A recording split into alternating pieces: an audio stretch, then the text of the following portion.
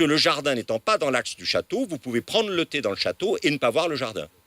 Et puis deuxième chose, le jardin n'est pas séparé de la nature, il est une sorte de concentration des forces naturelles qu'il donne à voir dans l'organisation du jardin.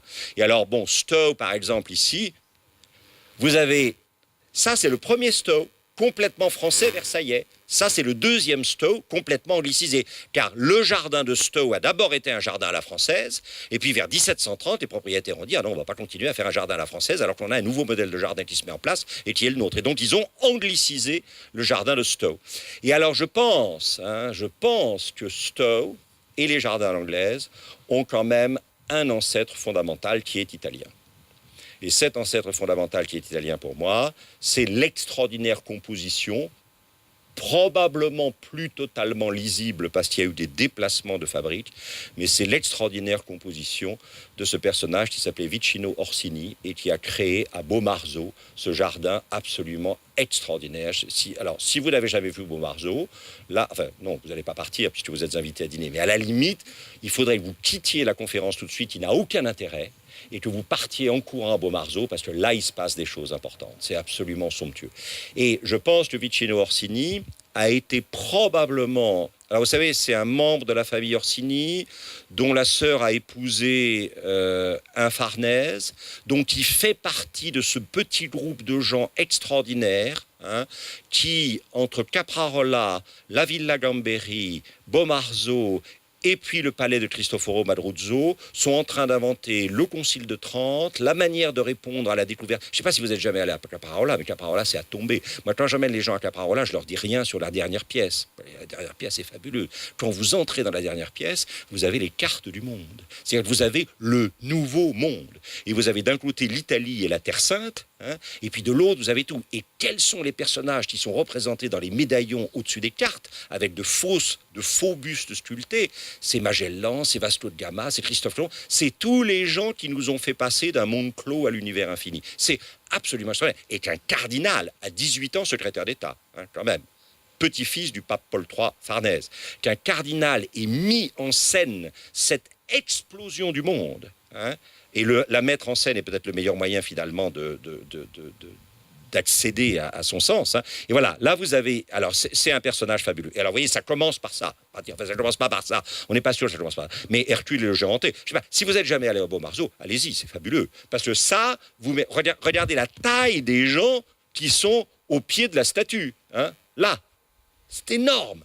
Et ça a été sculpté dans la pierre même. Ce n'est pas des statues qu'on a apportées. C'est des gens qu'on a... Alors, très probablement, c'était des gens qui étaient en train de travailler à Orvieto, qu'il a réussi à détourner pour les faire venir là. Mais c'est absolument extraordinaire. Et regardez ce thème, effectivement, de la lutte entre le domestiqué, le chien, et le sauvage, le monstre.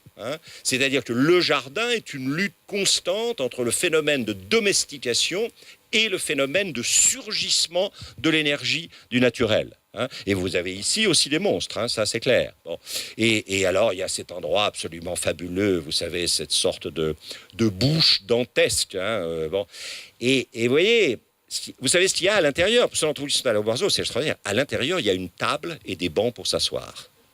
Et je crois que la grande leçon, c'est que tout ce qui nous terrorise, nous ne pouvons échapper à cette terreur que si nous nous installons à l'intérieur du terrorisant pour en parler ensemble. Vous voyez, c'est magnifique. Beaumarzeau, c'est à tomber d'intelligence. Et puis, qu'est-ce qu'il y a encore? Ah oui, ça, c'est fabuleux. Ça, c'est absolument fabuleux. Là, j'ai emmené là des puissants de ce monde, le directeur actuel, le directeur général de la Banque mondiale, des gens comme ça, qui m'avaient dit « Non, ça n'a pas marché, ton truc ». Quand vous entrez dans cette maison, qui est par essence la maison post-copernicienne, c'est-à-dire que qu'est-ce qu'a fait Copernic? Copernic a changé notre angle de vue sur le monde. Et la maison, comme elle est comme ça, elle change de vue votre angle sur le monde. Et j'y ai amené de nombreuses personnes, des gens finalement relativement importants, et ils ne peuvent pas rester dedans. Ils ne peuvent pas rester dedans parce que quand ils entrent, ils sont pris d'un vertige parce que l'axe de lecture n'est plus l'axe habituel. Et le temps qu'ils aient fait l'adaptation, ils sentent ça tourne. Et j'ai dit aux gens, vous savez, c'est ce qu'on est en train de vivre maintenant, ne rêvez pas. C'est-à-dire qu'en gros, si ça tourne, c'est parce qu'on a changé les axes de lecture. On avait repoussé la Chine bêtement là, à la périphérie, et puis tout d'un coup, la Chine est revenue en force comme l'empire du milieu. Alors forcément, ça change les perspectives. Là. On ne lit plus le monde de la même manière, ça c'est clair. Et ça, c'est fabuleux. Qu'un type ait réussi à faire ça c'est quand même tout à fait prodigieux. Et vous voyez, il faut parler un tout petit peu. Ça, c'est le plan actuel de Stowe, avec toutes les fabriques qui sont répertoriées autour. On va peut-être s'arrêter d'ici quelques minutes. Ça, c'est John Locke. Et vous voyez, ça, c'est magnifique. Des élèves m'ont dit, des étudiants m'ont dit, comment vous pourriez nous faire comprendre la différence entre Descartes et Locke. Moi qui ne suis pas un philosophe, évidemment, je n'étais pas très bien placé pour ça. Mais je suis assez content de la métaphore que j'ai trouvée, c'est la métaphore de l'ordinateur. Pour Descartes, la conscience est un ordinateur, mais quand vous l'achetez, il y a déjà des choses qui sont téléchargées.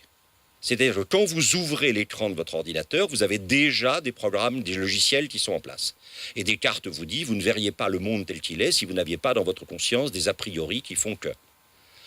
Locke, alors c'est moins bien, vous achetez l'ordinateur, vous le branchez, il n'y a pas de logiciel. C'est-à-dire que la conscience va travailler sur la sensation. C'est-à-dire que vous allez, et c'est en ça que le jardin anglais est un jardin complètement lockeien, vous partez, vous vous mettez en marche, ça c'est très important, la mise en marche, vous vous mettez en marche et vous êtes confronté à des expériences qui au départ ne sont que des sensations. Sensations agréables, sensations désagréables. Assez vite, vous allez procéder par association d'idées. Vous allez mettre ensemble tous les agréables et mettre ensemble tous les désagréables.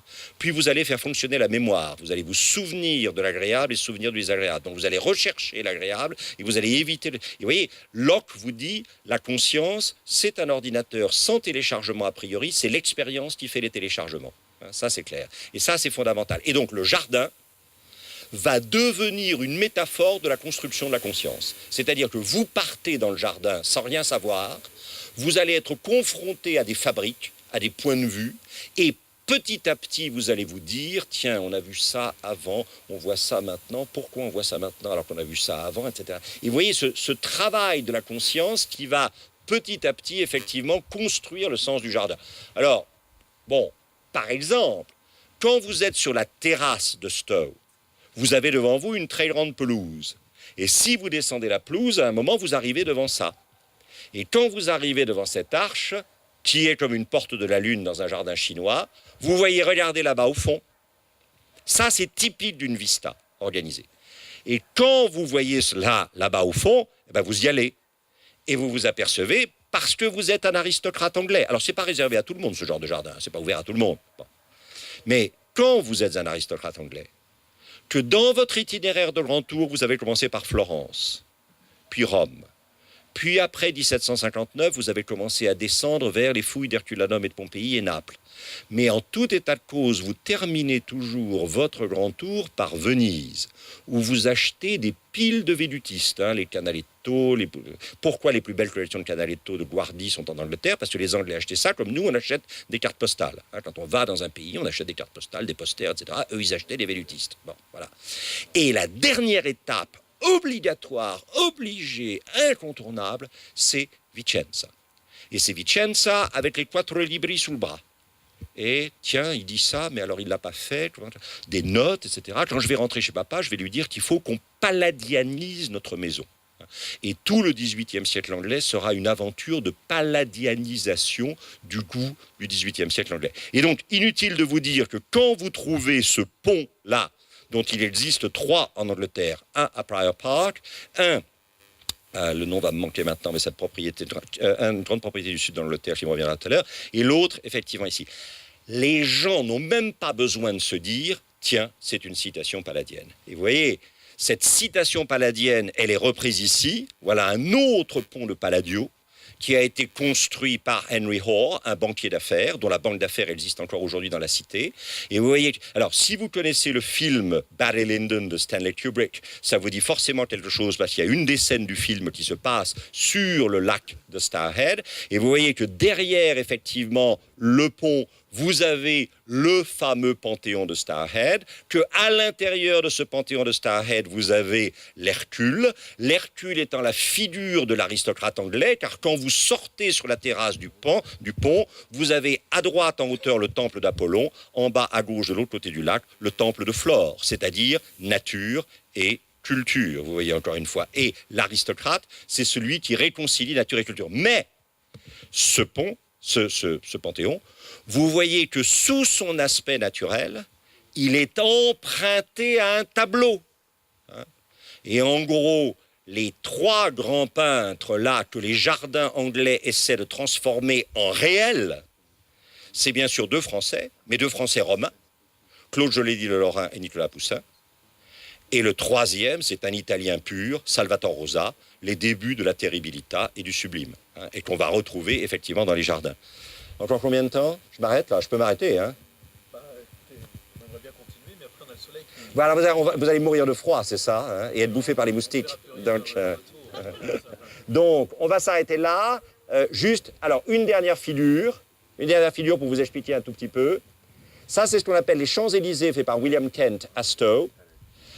En haut, alors au milieu, une petite rivière Maracanã qu'on appelle le Styx, pompeusement. À gauche, le temple des vertus anciennes, et à droite, le temple des vertus modernes. Alors, je vous montre juste, dans le temple des vertus anciennes, le temple est très étonnant, puisque vous avez deux entrées qui ne sont pas en face l'une de l'autre. Ces deux entrées déterminent un grand mur et un petit mur. Sur le grand mur du fond, vous avez trois personnages qui sont Socrate le philosophe, l'Athénien, Lycurgue le juriste, le Spartiate, et Épaminondas, le soldat, le Thébain. Donc vous avez les trois figures de l'existence aristocratique. La pensée, l'action dans le combat et la loi. Et ces trois statues, elles regardent une autre statue qui est sur la plus petite partie du mur, et toutes les trois sont tournées vers elle. Et là, vous avez Homère, l'aveugle voyant, le poète visionnaire. Donc, tout ce qui est de l'ordre du droit, tout ce qui est de l'ordre de la philosophie, tout ce qui est de l'ordre de l'art de la guerre ne compte que s'il est pris en charge par le poète visionnaire. Et en contrebas, vous avez le temple des dignitaires modernes, des Anglais, et je terminerai avec ça, une série de bustes. Alors, Guillaume III, le statoudeur de Hollande, Guillaume d'Orange, qui en 1689 a rejeté hors d'Angleterre son beau-père, le roi Jacques II, aux tendances pro-catholiques et pro-absolutistes dont il fallait se débarrasser. Donc ça, il est très important. Ensuite, vous avez Francis Drake, le premier personnage à avoir fait la circumnavigation du globe, un Anglais, le premier Anglais à avoir circumnavigué le globe. Ici, Isaac Newton, parce que ça c'est fondamental, c'est la science et c'est l'expérience. Ici, Hampden, le défenseur des droits du Parlement, et là c'est très important, ça c'est typiquement anglais. Jamais en France vous n'auriez trouvé une statue de cet homme-là, c'est Sir Thomas Gresham, le fondateur de la Bourse de Londres. Donc c'est l'idée qu'il y a aussi toujours une histoire de gros sous. Vous voyez ce que je veux dire ? Et alors, ceci, et on s'en terminera là, c'est l'idée que bien sûr toutes les statues que vous trouvez dans un jardin ne sont jamais là par hasard. Tout à l'heure, nous aurons peut-être l'occasion de le voir, mais vous avez peut-être remarqué en montant juste ici que vous avez en deux figures disjointes une allusion évidente au chef-d'œuvre du Bernin qui est effectivement Apollon et Daphné. Et j'avais préparé les diapositives, mais ça ne sert à rien, vous connaissez ça comme moi. C'est étonnant de voir à quel point le visage de l'Apollon ici ressemble au visage de l'Apollon du Bernin et à quel point la posture de Daphné, levant les bras au ciel pour s'enfuir devant Apollon qui veut la violer, ses bras se transformant chez le Bernin en les rameaux d'un laurier, comment ici. Alors vous voyez, ça c'est fabuleux. Vous avez des statues qui flattent à la fois votre culture, parce que vous vous dites... Est-ce qu'il n'y a pas par hasard des ploucs qui ne reconnaissent pas Apollon et Daphné alors que moi je le reconnais, Bon, ça c'est très important à l'intérieur du jardin. Jardin, c'est un plaisir oligarchique, c'est un plaisir de gens qui savent, entre eux.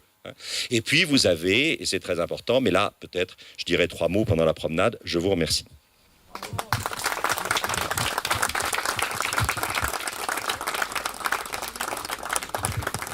Merci beaucoup Christian. On aurait pu continuer longtemps, mais c'est la nature qui reprend ses droits. Absolument. Le soleil va se coucher. Absolument. Si on veut faire un petit tour dans le jardin, on risque de se perdre. En plus, il y a un labyrinthe dont vous avez parlé, donc c'est un peu dangereux. Je voulais juste inviter Dr Whitman, l'assesseur à la culture de la commune de Pescia, qui voulait dire un petit mot, c'est très gentil de sa part. Ensuite, buonasera. Et ensuite, on fera le petit tour dans les jardins et on va montrer à Christian qu'on connaît toutes les statues, et en particulier l'Apollon et la Daphné qui est en bas. Buonasera. Buonasera, io mi scuso ma parlerò in italiano perché il mio francese lascia alquanto a desiderare. Ho seguito con interesse e con un pochino di fatica la relazione del professore, devo dire che la sensazione è stata bellissima al di là del contesto meraviglioso in cui ci troviamo, è stata bella perché ha spaziato in tutti i campi, ha dato una chiave di lettura di questi bellissimi giardini che abbiamo in Italia e in Europa diversa. Io non avevo mai riflettuto su quello che il professore oggi ci ha detto. E quindi credo che come tutte le cose nuove, come tutte le cose diverse, ci arricchiscono e siano un patrimonio che ci rimane. Questo è il mio modo di intendere la cultura, io lo dico spesso e quindi chi mi avrà sentito dirà che mi ripeto. Io penso che la cultura non sia quanto hai letto o quanto conosci, ma sia il modo di approcciarci alla realtà e a quello che vediamo e come ce lo portiamo dentro.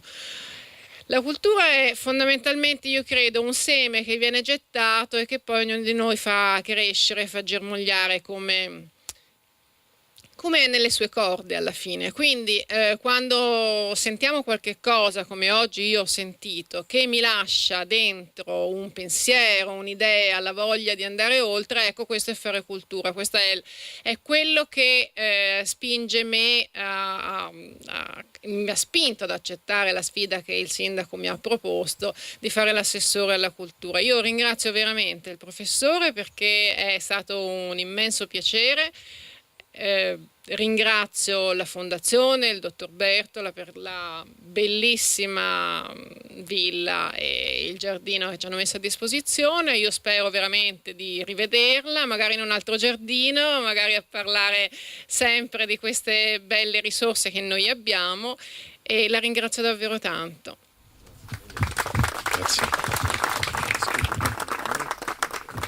Oui, tout à fait, j'en ai. Il paraît qu'il est là. Il est là. Et